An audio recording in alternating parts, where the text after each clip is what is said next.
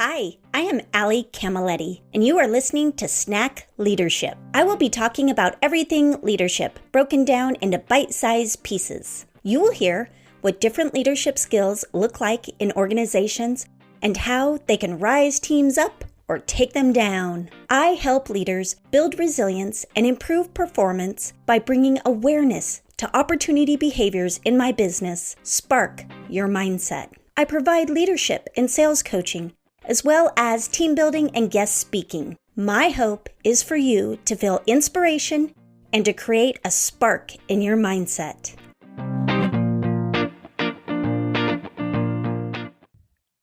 Hi everyone. Today we are talking about manifesting. Manifesting is the ability to make something happen by imagining it and consciously thinking that it will happen. Shelly Roby is the CEO and founder of Shelly May. As a producer, partner, and media relations professional, she's committed to developing, producing, and executing ideas which are a force for good in the world, and partnering with other humans who have a desire to do the same.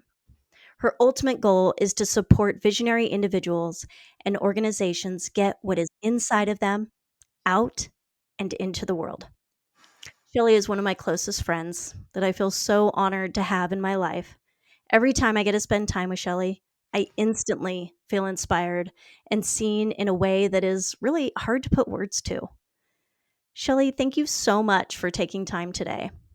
Oh, Allie, thank you for having me. They're going to make me cry. That was such a nice intro. And I'm just so excited to be here with you. And like what you said, I just love being with you. You are truly so inspirational and so knowledgeable about what you do. So thank you so much for having me.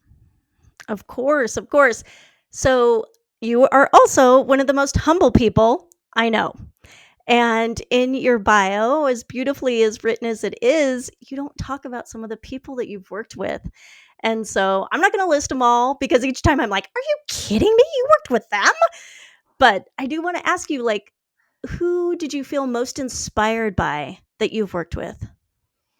I would say Oprah Winfrey. She has always been one of my guiding lights in my life, even as a young girl. Like that's who I just looked up to. She did everything and inspired me to such a degree with my career, just professionally and emotionally and personally, that being able to work with her was just amazing. And she is exactly how she appears to be. I So love that. I yeah. love that she is who I believe she is. Yes, she is. And she continues to be one of my true guiding lights in my life. I just look to her for so many things, and I'm just so honored to have been able to work with her. So cool. All right. So talk to me. What is something you've recently learned about yourself? Wow. What is something I've learned about myself recently? I would say, so what I do professionally right now is I help people and support people to get their ideas and themselves out into the world. And I've done that for, very large, like very influential individuals that are already. And then I now work with individuals who are maybe doing it for the first time. And so I've been on both sides of the camera now. So as a producer for so long, I was behind the camera. And now I am putting myself out there in a different way on the other side of the camera. And what I've learned recently about myself is when I do that, when I am vulnerable, when I put myself out there, even if it's just like an email to my community or a video or a post, I recognize that I have this like either hour or day of like this feeling of like this critical voice that comes, pounding at my head or like, so I'm so aware of that now that like, oh, there she is, there it is. And so I kind of brace myself and have techniques now that I work with when that happens. Like for instance, yesterday I put something out and I had this like couple hours of like, who am I? What am I doing? So even I go through that, when I put myself out there. It's just so different being on the other side of the camera and on the other, using your own voice rather than promoting or marketing somebody else's voice. So I've learned that about myself, that it is so difficult for me still to be vulnerable and to put myself out there. Absolutely. And would Yeah. you say you're an introvert? Oh my gosh. 110%. Yes. Yes, 110%. So I really think this is like my life's like one of my life's like lessons, is Yeah, to learn to feel comfortable in my own skin and really embrace who I am authentically. So it's been a lifelong journey for me, for sure. totally. I love Yeah. that so much. Yes. So we talk about manifesting all the time. You are my favorite Yes. person to talk to about Yes. manifesting, so I'm excited we're doing this. Yes. Um, when do you feel like you first embodied this skill of manifesting? I would say I embodied it. I was an associate producer at a television station in Austin, Texas. And again, like I mentioned before, like I had always wanted to work in television and film and the media. Like I was just always obsessed with it. So I knew the kind of jobs that I wanted. But like I said before, Oprah had always been a guiding light of mine. And so I read this book back then. I was in my early 20s, I believe. I read a book and it was a book by Debbie Ford, who I just love. I loved all of her teachings back then, and I still do. Um, it was a book that said, write down like 20 times a day. It was something like 20 times a day, like what you wanted to I don't know if she used the word manifest. I can't remember, but it was like the idea of embodying and being that person you want to step into to attract the things that you most desire. And so I would write down, I think it was, I am a successful, powerful producer.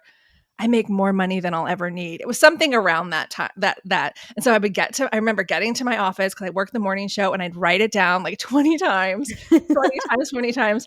And at the time, like my dream was to work with Oprah. Obviously, that was like kind of it had always been my dream. I didn't necessarily know at the time doing exactly what. And so I would write this down, write this down. Again, I didn't have the Oprah job in my head, but I knew I was made to reach more people, more people, and more people. Even though this TV station was amazing, it was one of my favorite jobs. I was able to reach a lot of people in the work I did, but I knew I was made to reach more people. And so I'd Yeah. write this down. Again, not with the Oprah thing in mind, like not like, how is that, how am I going to be able to do this? I'm making like $10 an hour at the time, but I loved my job, loved it. And so one of my jobs as the associate producer was to book people on the show, and I loved it. And I booked Dr. Phil and his son. And at the time, he had like a Tuesday segment, or maybe he had the whole Tuesday show on the Oprah show. So I knew like exactly his energy and like what he talked about on the show. I knew this, like how the segments felt. And so I produced a really good show that day. And to make a long story short, because I don't want to go into the whole entire story, but that is how I landed my job at the Oprah show. Is like through that Wow. connection, um, it happened fairly quickly. It was amazing, and I could have never, ever, ever, ever. I mean, even thought of that scenario, like, oh yeah, this person's going to come in and like, we're going to have this really great show and this is going to happen. Like I could have never planned it, but what I did was I knew like the feeling of what I wanted. Like I knew the people I wanted to reach. I knew that the impact I wanted to have. And so that's why I always think like, you know what? We're not going to know exactly how it's going to happen, right? But I also Yeah. knew that I really loved what I was doing. Like I was an obsessive producer, and I still am. Like I still, if I love the studio or if I love the work or the people, like I really do like put everything into it. So it wasn't like I was not working. I mean, I worked so hard every single day. So I think that is when I first learned like the power of manifesting. That Yeah. is so cool. And I love Yeah. that you're bringing in the importance of, yes, you write down all of the stuff, but Yes. you also need to be an active participant in the Yes. process, Oh my gosh. Yes. the Yeah. feeling. Yes, absolutely. You got to feel it in Absolutely. your body. Oh, yes. I remember at the time, like, I was getting new glasses. It was during that time because I wear glasses, and I remember picking out my frames, and I was like, "Well, let's see. Do I wanna wear these when I'm a producer at the Oprah show, or do I wanna wear these?" Like, it was, like, just, like, I was, like, preparing, for Yeah. this experience, for sure, for sure. What about you? What was your first manifesting experience? I can't remember. I was trying to think of it. But I was talking with a friend. I'm like, "We've talked a lot about manifesting. What's something I manifested?" She goes, "Allie, your entire life." Yeah. I And would I'm say like, that too. "Oh, Yeah. you're right. I have. I Yeah. manifested the life I'm living right now, Yeah. right? My Absolutely. daughter, my Yeah. career, Yes. my home, all of Yes. it." Yes. But again, an Absolutely. active participant. So when you have experienced others that are really good at manifesting, what Yeah. have you noticed? I have noticed that they embody and become like the energetic field or the energetic force even before it appears, right? Like, I'm going to do Yeah. this, and or this will happen, or this is the environment I want to see myself in, but they'll start to embody that. They'll be that energy even before it shows up. That's what I Yeah. mostly have recognized in people. And, like, it's just it's amazing when people do that because they really are, like, when I was talking about that feeling of, like, putting ourselves out there, and because you really have to trust and to really Yep. step into this other version and just become, and have faith that this is where you're headed, or this is who you're becoming. So I think that there's a lot of trust that's involved there, and just embodying and just being that version of you, if it has to do with you, you know what I mean, being that version of the energy you want to bring into your life. That's what I've What do you mostly noticed. what do you think gets in the way of manifesting? I think old patterns and old programming and old, not old, but like just um habitual ways of being, right? Like, again, just for example, if I wanted to um do something professionally in my business, like, I would need to, like, do something different professionally in my business. Like, I would need to schedule things on the calendar that maybe made me scared. You know what I mean? That maybe Yeah. made me fearful in the past, but I would just have to, and I do this all the time, but I'm just trying to think of, like, there's another element of my business, but, like, every day I believe there should be at least one thing on my calendar that gives me a stomach ache. You know what I mean? Or, like, that I get a little bit nervous for. For me, that's just cuz that's how I'm built. Like, this interview, like, was nervous for it, and, like, that was my one thing on my calendar because I'm not used to, I'm used to my clients doing things like this. And so, it's so good for me to do, but again, it's like breaking old patterns. The old Shelly would have been like, totally don't have time for that, but, let's do a written let's do a written interview or something. But so I think I think patterns and just being aware of those patterns that seem to block you every time. I mean, I could go on and on. I mean, I used to think that, yeah, I used to think that there was something, like, wrong because I would start projects and not finish them, like my own Uh-huh. personal projects. And what I've come to realize, it became a pattern because I was so afraid. We get to a point where I'd be so afraid to put myself out there. It's just a pattern. That's it. That's all it is, just a pattern. And that would block me from manifesting the where I wanted to go. Absolutely. I have clients sometimes that they're like, "Allie, I am really uncomfortable." And I'm Yes. like, "Yay!" And they're like, "You're crazy." And I'm like, "I know, I because that know. means that you're shifting. Totally. Oh my god, Because you're if you're building a not muscle. uncomfortable, you're not shifting." And that Yes. is my whole thing. Like, let's shift out of Yes. this. Yes.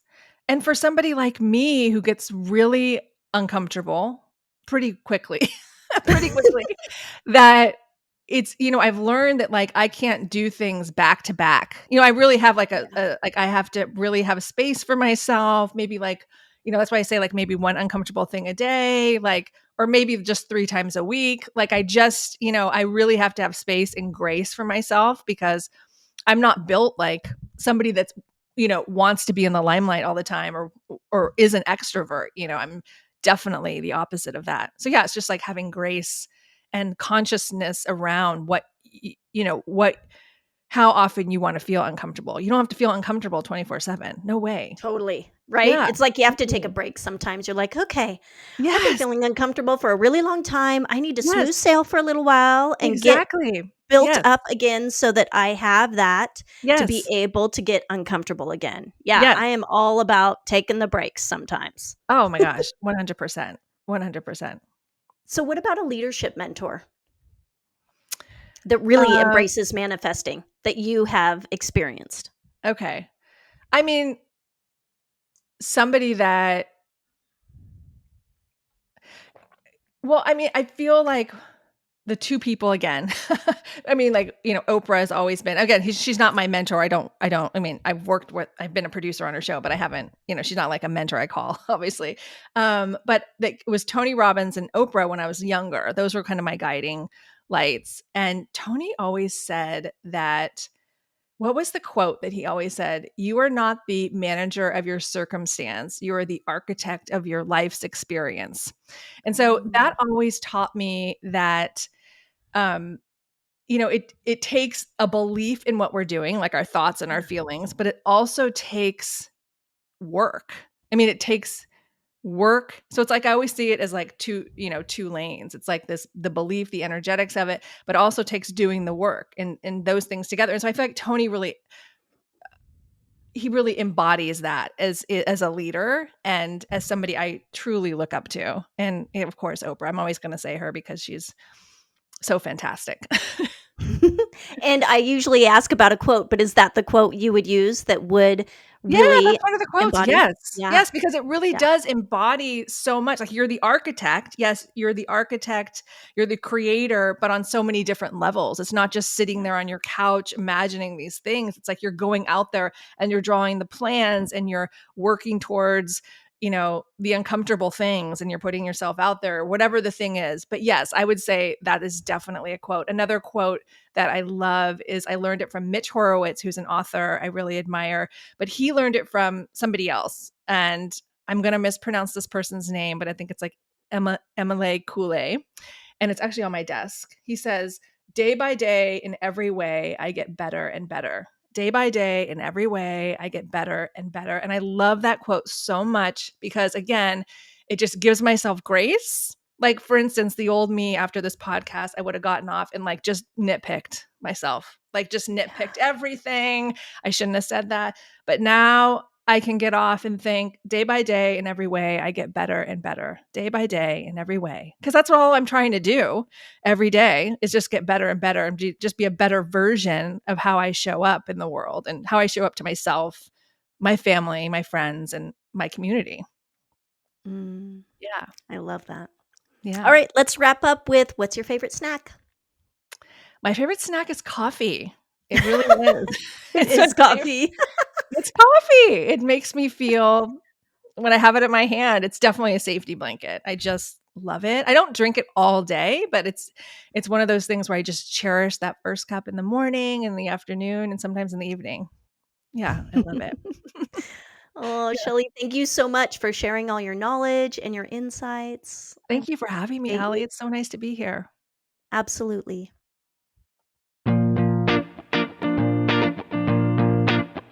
Thank you for tuning in to Snack Leadership. I hope you felt inspiration, motivation, and felt your mindset spark. Snack Leadership is recorded and produced by myself, Ali Camilletti, and music by Shireen Amini.